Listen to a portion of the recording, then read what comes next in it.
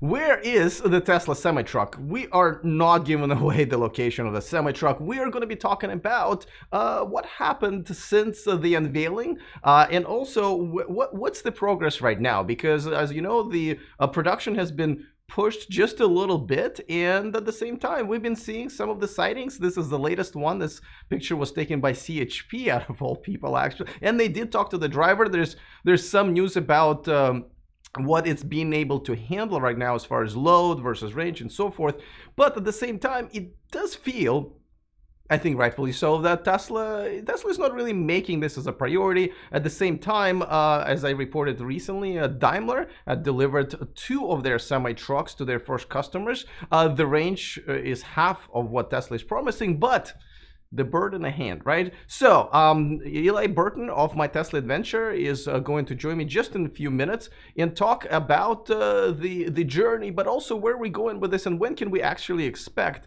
the semi-truck to be delivered to its first customer. All right, let's get going. Taking over the world, electrifying the world, E4 Electric! Welcome to E4 Electric, your #1 source of unbiased electric car news. If this is your first time here, go ahead and click on that subscribe button down there so you don't miss anything moving forward. All right, so this is the latest sighting of the semi-truck. As you can see, they've, I'm going to assume it's a wrap. They've changed color into a red. I believe originally it was either black or dark gray. And, you know, I was there from the very beginning. This is me videotaping the unveiling part of it. Eli was there as well. Now, I believe I'm the only social media influencer to be behind the wheel of the truck, at least on camera, so that was a pretty cool experience as well. And there was also semi-truck that they usually bring to the shareholder meetings, so I did a report there. And then I think, yeah, that's right, this is at the Model Y unveiling. So I've spent some good time with the truck. So did Eli. Actually, Eli's most popular videos on his channel by far, and more popular channel. Those videos, like I think he has 3 or 4, they have more views than any of my popular videos. So that's how huge those quick videos were. So we'll show that to you as well. But he's going to be here to talk about, you know, what his impression was from the very beginning, but also where we're at with everything now. So as you know, this is Supercharged with Eli Burton, the segment we do pretty much every week. Before I have him on, of course, a quick reminder that this video and this channel is sponsored by Byton. Check out the all-electric SUV called M-Byte coming to the US, Europe, but first to China. It's scheduled to do so at the end of this year and then the end of the next year for us here. Look how fast it is to make a reservation, mainly because it's no money down to reserve your Byton. So go to the description of this video to reserve your Byton today. All right, so without further ado, let me bring on Eli. Eli, how you doing, my friend? Alex, good to be here and excited to be talking about the Tesla Semi. That's right. And you know, there was another sighting by the CHP and they talked to the driver. It was kind of funny that, well, not funny, it's kind of weird that he was willing to give some news to them. And apparently it was hauling, what, 75,000 pounds or something like that, almost close to its top load. And they were telling them that the range did not really it wasn't really affected. I mean, at least was performing within what they expected. But let's go back to the unveiling, because you were there, I was there. I don't think we knew each other at that time. But what was your first? Because you know the whole thing was overshadowed by obviously the Roadster jumping out of the semi-truck. But really, this was originally meant to be just as a semi-truck unveiling. What was your first impression? And kind of walk me through everything that happened since and where we're at right now. So my first impression, and what was really amazing about the unveiling, is that by the way, none of us knew, just to give a little history, none of us knew at the time that the Roadster was coming out of the back. We didn't know until the very end of Elon's presentation of the Tesla Semi. And why that's a big deal is everyone was there, and everyone there was so excited. They were there and they're excited for the Semi. And as the specs were announced, and the performance and all these different things, the crowd was going crazy. And nobody in this crowd, including myself, by the way, and nobody in this crowd was a truck driver. Like almost like I think very few people in the crowd. There was a section of the crowd that was industry, people who were going to buy these things, but the majority of the attendees were super excited about this electric semi truck coming out that they would never themselves get to drive.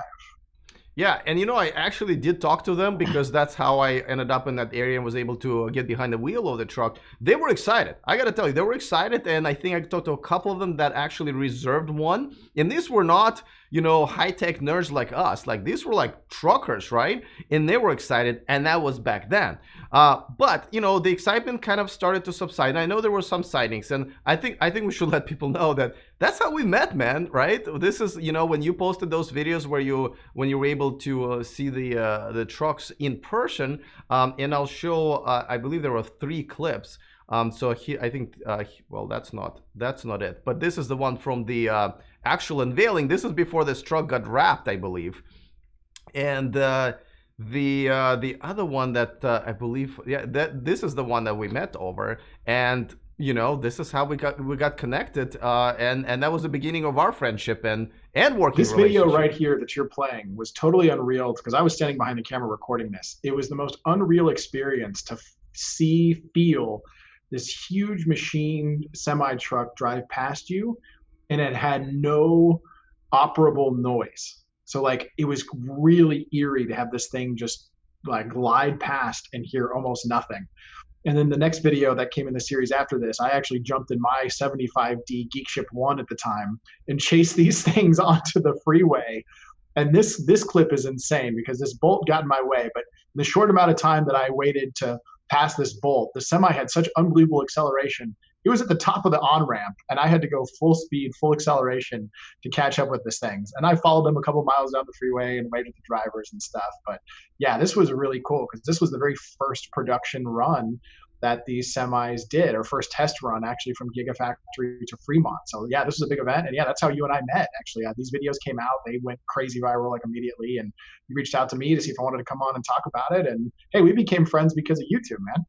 I know YouTube I always thought there were just haters on YouTube, but turns out you can actually make friends. So, but so they have been flaunting this truck pretty much ever since because it's a hot topic. It is pretty cool because I don't know, maybe you can share with the audience why you think it's cool, but I think it's cool because trucking industry is basically, to me, on the priority list that I have to convince to go electric. Truckers are pretty much second to last.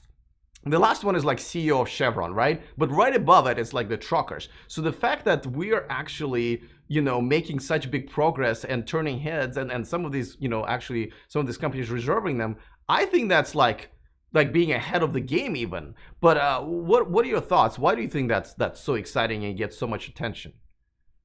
I think that all of us have kind of a fascination with big, powerful machines. I think that's part of the general interest in semi-trucks. I remember when I was a kid, a lot of other kids along with me were super into the big earth movers, and semis were kind of an extension of that. My guess is part of the excitement about them is usually the perception, if you're the average driver on the road of a semi, is not a positive thing, right? It's this big, slow thing that's in your way, takes forever to merge onto the freeway, and you get stuck behind it. When you're going places that have high grades up or down, the vehicles are holding everybody up. I mean, all the noise from them, all the pollution you can literally see coming out of a lot of them. That I think in general people have a very just negative overall experience with these things when they're on the road, at least for other drivers. And that this is promising to come in and solve that, right? It's promising to come in and be a vehicle that can accelerate well. It's promising to be able to, due to regenerative braking, it's going to be able to go at reasonable speeds downhill. It's going to have more torque going uphill. So it's going to create a much better experience for everyone else on the road, anywhere that electric semis are replacing their diesel or gas powered equivalents. Okay, and this is why you're personally excited as well. Yeah. And the other part that I'm excited about is from the clean energy standpoint and reducing pollution, transitioning transport and transitioning like semi-transport from gas-powered and diesel-powered to electric is critical for us reducing our total carbon emissions and reducing our net pollution going into the environment.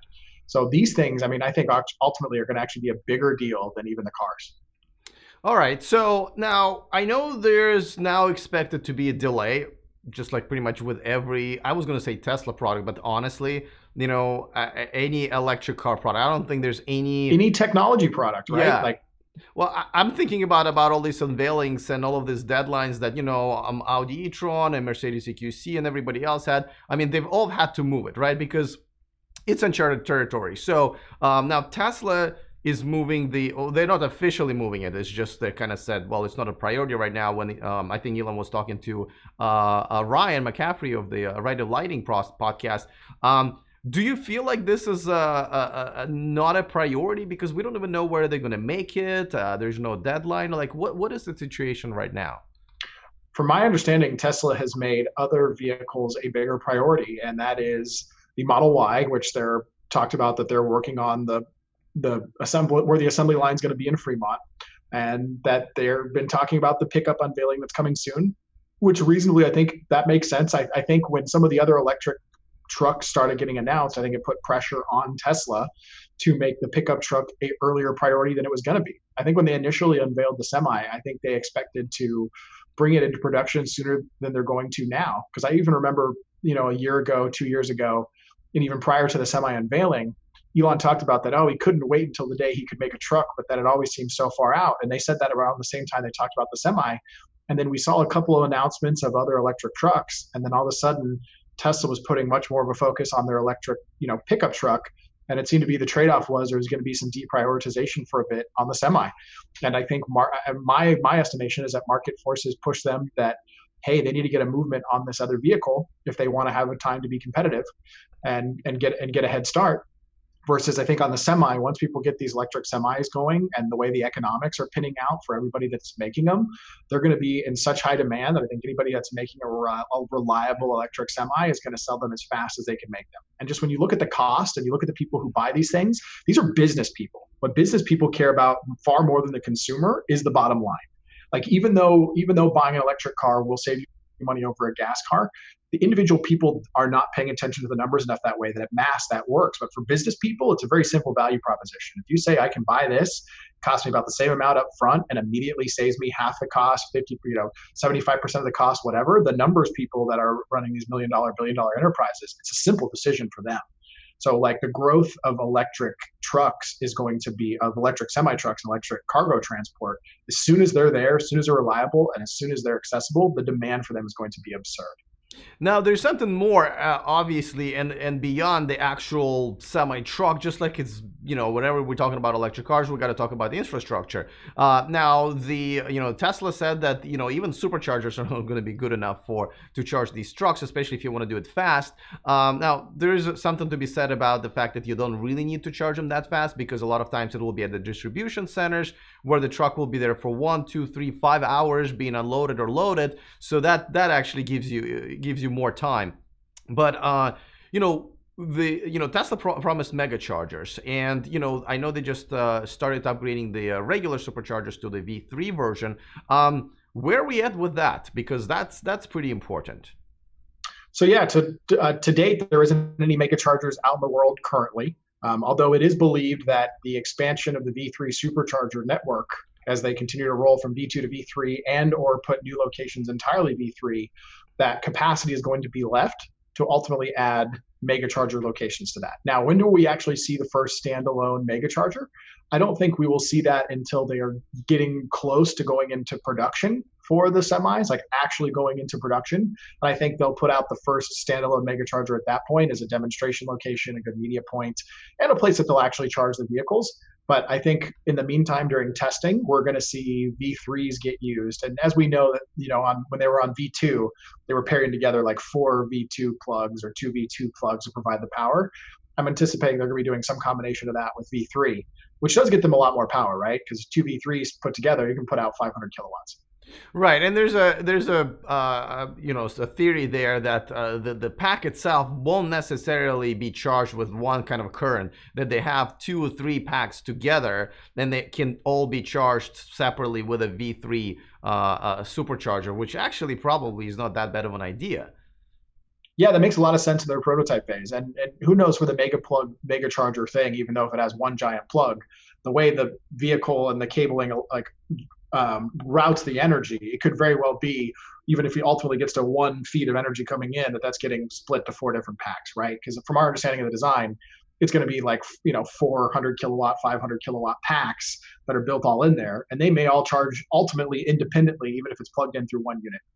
Yeah, and I really, to be honest with you, I think that's what's going to happen because the biggest thing, I don't think people understand that there's a lot of challenges with a high current charging, but one of the biggest one is actually cooling the cable that's charging it. And, and then it is, I'm sure those people who've supercharged or fast charged at, Electrify America or Ionity stations know how heavy the damn thing is because of the all of the water cooled or liquid cooled cables. All right, so and I agree with you. The only thing that I also think is that they don't know where those mega chargers are going to be because that will probably depend on who their first customer is going to be and what their routes are going to be, and that's where they're gonna place those mega chargers. There's no reason to just randomly put them around right now. Oh, agreed. And I think the more pre-orders they have before they make those decisions, the better ROI they're going to be able to get on where they make those placements. Yeah. Now let's talk about something that I mentioned in the beginning of the video, and I actually have a separate video for that. But Daimler, the parent company of Mercedes-Benz, had just delivered 2 production semi-trucks to their customers. One of them is Penske. I forget the second one, but they've delivered them. Now, it's still part of their kind of a testing program, and I think they're only going to deliver like another 10 for the rest of the year. But they have done that, and the truck that I'll show you right now, it's I believe the range is only 250 miles versus 500 or 600 miles that Tesla is promising. But nevertheless, bird in a hand. Daimler obviously wants to stay ahead of Tesla because Daimler Trucks is a big part of their business. And it's now the positive here. You sacrifice the range. And some people will say, well, we have 250 miles. The other one is not 500 miles because it doesn't exist. So for now, it's 0 miles. But they are basing it on Cascadia, which is their most popular semi-truck, one can argue. So all of the other bells and whistles and issues have been worked out. So it's just the powertrain and the battery. When I say just, it's still a big deal. Where do you think Tesla will stand against their competition like Daimler and a few other ones that are working on it, or maybe even Thor, the ones that convert the trucks into electric trucks? Where do you think they will be by the time they actually deliver it to their first customer? So I think Tesla is very clearly waiting on delivering until they can deliver what they've promised they're going to do, and that's a 300-mile range and a 500-mile range and all these other things. Part of me wondered if part of Tesla's timeline on that is they have some improvements they're working on battery tech, and they need the time that's going to be needed so they can deliver on the ultimate goal that they're promising. I think that it's awesome that Daimler is already delivering electric trucks, and I'm assuming that they still have some more development pieces to work out, and that's why they're just doing 10 and they're just doing testing. But I'm excited that they're already in that stage because that means we're getting closer to more electric semis on the road. I think from a competition standpoint, once the Tesla one is ready to go, it's going to be a hard comparison because Daimler, from my understanding, is not building any sort of autopilot system in the way that Tesla is already well into development on. And obviously there's a big difference between full self-driving and driver assist, but the impact on driver assist and not having this driver assist autopilot is going to be a big deal in the marketplace. All right, now you set me up perfectly for my next question. Self-driving is a big deal with regular cars.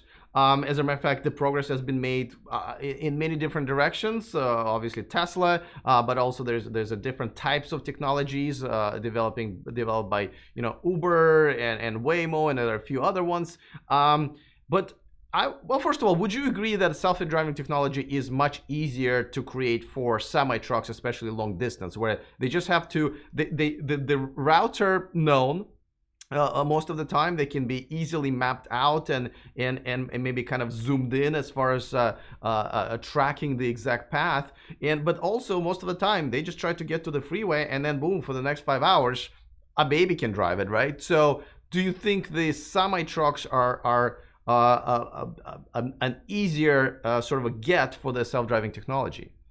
I think commercial transport of goods and using semi-trucks as that vehicle, I think that is an easier problem to solve of full self-driving than is a general full self-driving. And that's simply because exactly what you said, Alex, the majority of the routes and the longest distance that the vehicles are going are on freeways and are much easier managed. Freeways right now, autopilot handles exceptionally well. We're not allowed to go to sleep on it currently, but we're getting pretty dang close to that capability already being there. So the ability to handle freeway situation versus handle side streets, places without lanes, places with stoplights of different configurations, red lights, stop signs, all those other off freeway routes, those are very much more complicated. So an ultimate true full self-driving feature that works everywhere is exponentially harder than something that just has to solve freeways and or a couple of very specific routes. So yes, I see the self-driving capability for semis getting there sooner. I think we could end up in some crazy place depending on the technology that, like you said, a semi truck gets put onto a freeway and self-driving and gets picked up by a human at the other end for the last mile. I think people are going to get creative with how we get there. In fact, there's one company I was looking at earlier today. It's interesting. So they just as of June, they're actually the first company to have a semi truck on the road that's self-driving, that doesn't have a safety driver, but there's a catch. It doesn't have a safety driver in the car. They actually have a remote, like drone pilot type setup, where one safety driver will monitor up to like 3 semis that are driving along the roads in Florida and can intervene and take control of the vehicle if needed. So like we're already on that progression to getting the human out of the way for pieces of the transport that can be automated. Yeah, and okay, so we agree there, but here's the biggest question. You know, Tesla has not been flaunting the self-driving features for the Semi, even though, again, I think we both agree they can do it better than with the Model 3, Model S, and Model X. But isn't this going to be a tougher sell for the trucking industry? Because you're essentially, you know, taking all these jobs away from them, from all the truckers. They've already actually been in tough times because of the tariff war, and there's, I guess, less goods to be transported from the ports because there's less goods coming from China. You know, and this will essentially eliminate most of the truck drivers, especially long distance truck drivers. Isn't that kind of a tough sell for the industry? Well, I think it might be part of the reason why Tesla is not pushing the full self-driving aspect, and they're just pushing the, hey, it's going to have autopilot, it's going to go up to level 4. We're not looking at replacing the human yet, which where the technology is, I'd say, is the most accurate reflection of where autopilot currently is and where it's going to be for the short to midterm. However, the trucking industry, although there are a lot of people in the industry, the trucking industry, the number one problem named by industry reports and leaders in the trucking industry is they have a shortage.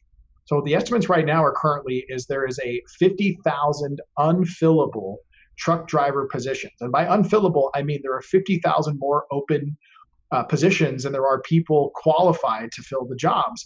And between now and 2026, it's estimated that we need to bring in about another 890,000 new truck drivers into the space. And what's happening is they're not coming. And the reason for that is truck driving has become, you know, commercial transport has become commoditized. And as a result, there's a relatively low ceiling on what the market is willing to pay for truck drivers. And what's happening is not enough people are willing to take that pay to do that job. So as a result, there's actually a huge shortage of truck drivers that's going to continue to grow, and people aren't getting attracted into it. The pay's not going up to bring people into it. So the only way for the industry to solve that problem is by heading towards autonomy. So this is actually a sector that is slowly has been preparing itself for autonomy, kind of unintentionally, just as a result of other market forces.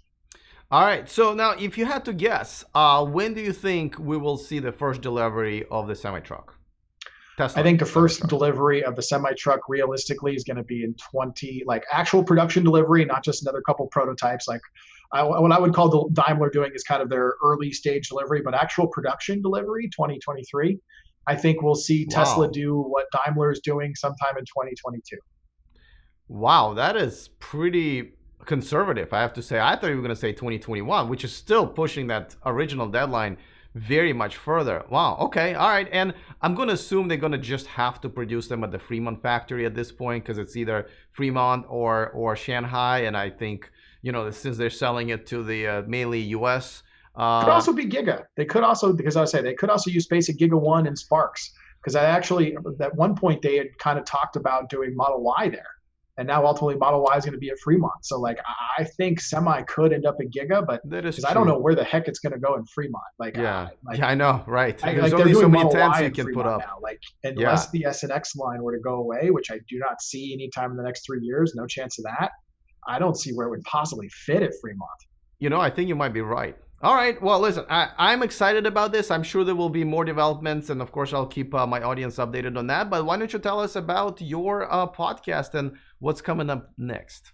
Awesome. So on my podcast, the Tesla Geek Show, one of the things that we're working on bringing on a guest. We're just currently in the scheduling phase. You guys saw the news story recently, and we might have mentioned this last week, but you guys saw the news story recently about the girl who got the microchip planted in her arm so she could open her Model 3 just by putting her arm up to the car. Well, Yeah. we've been talking to her, and we're working on scheduling to bring her on as a guest on the Tesla Geek Show and talk about her Tesla experience, her Tesla story, why she did it.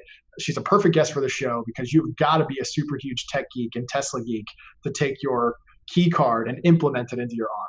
That's pretty cool, man. I will watch that. Well, I'll have to listen to it. I wish there was a video of that as well. Well, we cool. don't have a video version of our show yet. That's something that we're working on, and hope in the next couple months that we'll have a version of it that we'll put on YouTube as well. That's awesome, man. All right, well, and there's a link in the description of this video as always. Hey, man, thanks for joining me once again, and I will see you next week. Thanks, Alex. All right, guys, another awesome conversation with Eli. I'm actually definitely looking forward to the next podcast, as you mentioned it. They're gonna have a pretty awesome guest, and this is something new and unusual. I don't know if you've seen the story, but yeah, now I'm like now I can't wait. And of course, don't forget to visit Eli at My Tesla Adventure, especially if you're here in California. I should have asked him about the next event, but I'm sure we'll do it next week. Now, I am excited about what's happening with the semi-truck. Gee, I hope this is one of those things, one of those few times where I hope Eli is wrong. I really hope that they can actually bring it to market, maybe in a smaller production by 2021. I think that would have been that would be my hope, because by then Daimler will probably be definitely operating full force, and it will be even that much harder for Tesla to get in. But I'm sure they'll do fine.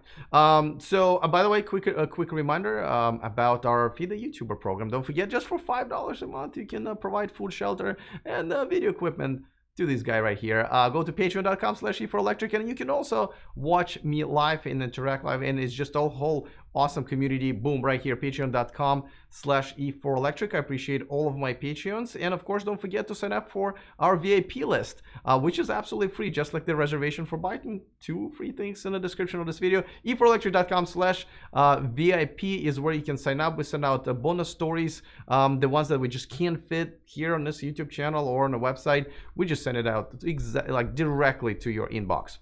All right, another awesome conversation with Eli. Looking forward to the next week. Other than that, see you next time, and remember to stay charged.